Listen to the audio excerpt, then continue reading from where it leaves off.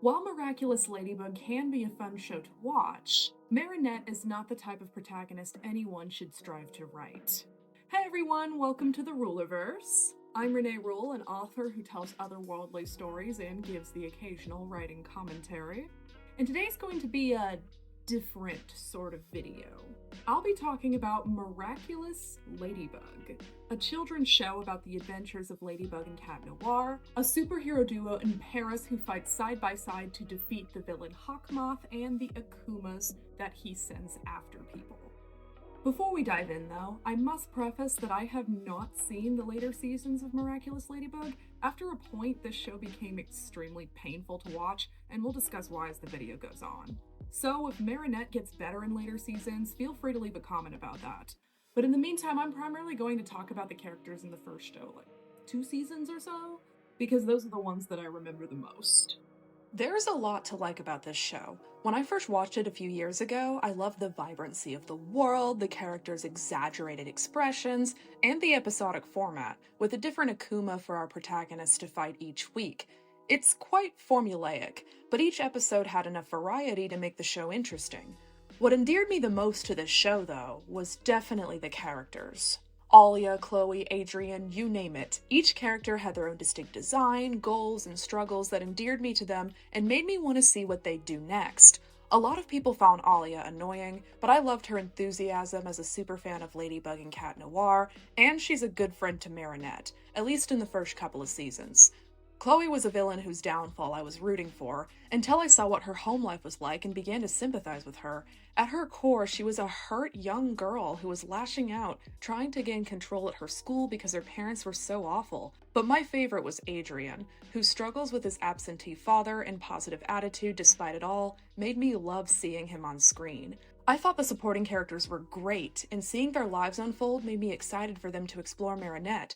Surely, as the protagonist, she'd have the most depth of them all, right? Or at least we'd get to see some inner conflict somewhere down the line. Well, no, not really. Marinette's parents own a successful bakery and are doting and supportive of her. Okay, that's fine. Not every protagonist has to have a tragic backstory to have depth. Let's look at the inciting incident, when she got superpowers. Oh, she masters them extremely quickly and has no qualms about keeping her identity secret from both her family and friends? No struggle or conflict whatsoever? Okay, that could be an issue, but let's look at her goals. After all, every good protagonist has to have a goal, the one thing they will stop at nothing to get. The main villain, Hawkmoth, wants she and Adrian's Miraculouses, which is the thing that gives them superpowers. So naturally, Marinette's goals are going to oppose that of the main villains.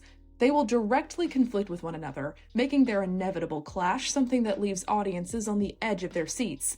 And Marinette's goal is... wait, getting with Adrian? No, that can't be right. It is. That's her main goal. Not to protect her family from Hawkmoth, not to keep her Kwame from being captured either. To get a boy.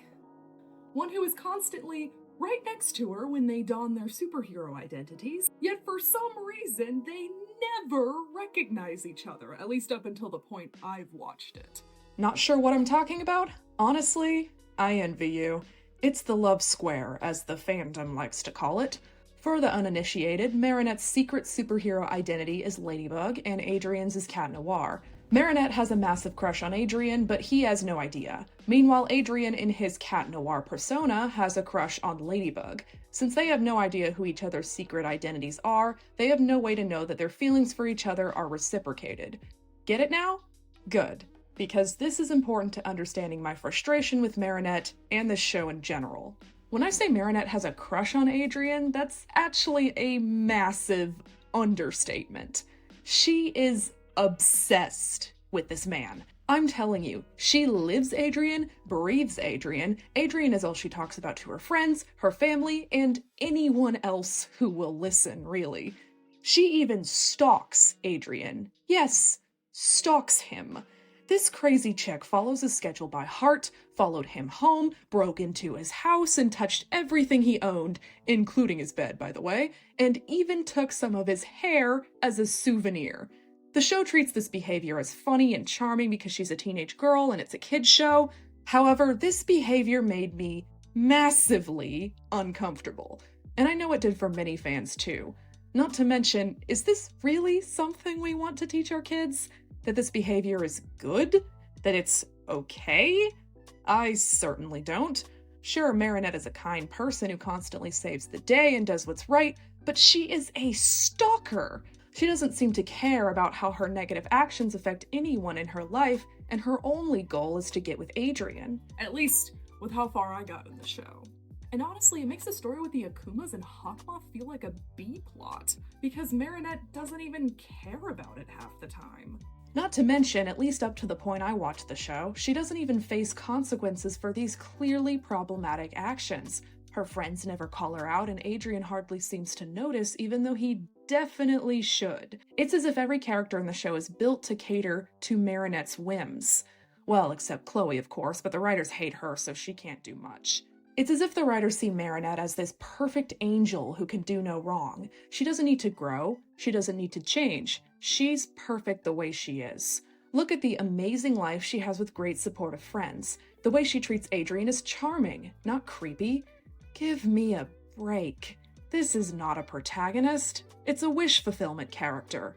To be honest, after a point, I didn't even want them to find out about each other's secret identities, because that would mean that Marinette and Adrien would become a couple, which horrified me. While I was watching, I hoped he'd get with literally anyone else. Kagami was a great candidate, but even Chloe would be better than Marinette, in my opinion. Chloe is mean, yes, but at least she's not a stalker. This is getting deep into rant territory though, so let's reel it back. Based on what we've discussed, here are the reasons no one should be writing a protagonist like Marinette. Number 1, she has no real conflict in her life, unlike the main characters. All characters, especially protagonists, need to struggle to grow, so this is a huge problem. 2, whatever she tries, she masters quickly. I'd almost call her a Mary Sue if it wasn't for the giant crush on Adrien thing. I think that's meant to be a character flaw. 3, her main goal has nothing to do with the actual conflict of the story. Imagine if Marinette's parents got into trouble with an Akuma in one of the first episodes, and that traumatized her, so she vowed to keep the people of Paris safe. You'd see pain in her eyes every time someone else was affected, and at times she'd get too reckless trying to defeat an Akuma, getting her into deep trouble. Or maybe Marinette got so attached to her Kwami that the very thought of it being taken away terrified her. She grew deep resentment toward Hawkmoth because of what he's doing to the Kwamis, and did anything she could to stop him. See how much more powerful those goals are? I'm not saying she shouldn't have a crush on Adrien, but making that the main part of her character when she's one of the most powerful superheroes in the world is a strange choice, to say the least. Finally, and again, I will say it, I will keep saying it, she's a freaking stalker. I know I keep saying that, but it's hard to root for a character like that. Now, if other characters pointed out that her actions were wrong and she learned from them, that would be another thing, but no one ever does, at least with how far I got in the show. This led to a very frustrating watch where I realized that Marinette was never going to be held accountable for her actions. Ultimately, this was the straw that broke the camel's back. This is what made me drop the show entirely. So if you're a writer or know someone who's trying to write a story, now you see an example of what not to do. A protagonist is not for fantasy fulfillment, at least not if you want to create a story that other people will like. A protagonist should have a conflict in their life, realistic character flaws, and goals that directly conflict with the main antagonist. If you'd like to know more about writing one, check out my protagonist video on this channel. I go more into depth about specific writing techniques for it in that video.